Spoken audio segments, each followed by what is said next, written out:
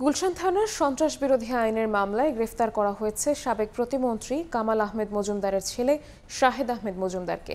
শনিবার Gulshan shooting club এলাকা থেকে রাত 9:30টার দিকে তাকে আটক করে পুলিশের অ্যান্টি টেরোরিজম ইউনিট।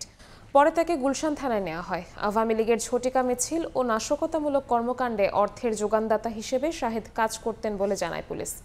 তার বিরুদ্ধে হত্যা ও দুর্নীতির আলাদা মামলা রয়েছে।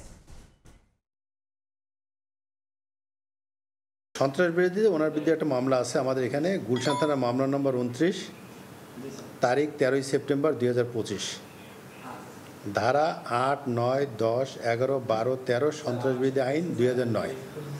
এই মামলায় তাকে গ্রেপ্তার দেখানো হয়েছে গুলশান শুটিং ক্লাবের পূর্ব পাশে ক্রিকেটার্স ক্লাবের সামনে রেস্টুরেন্টের সামনে থেকে।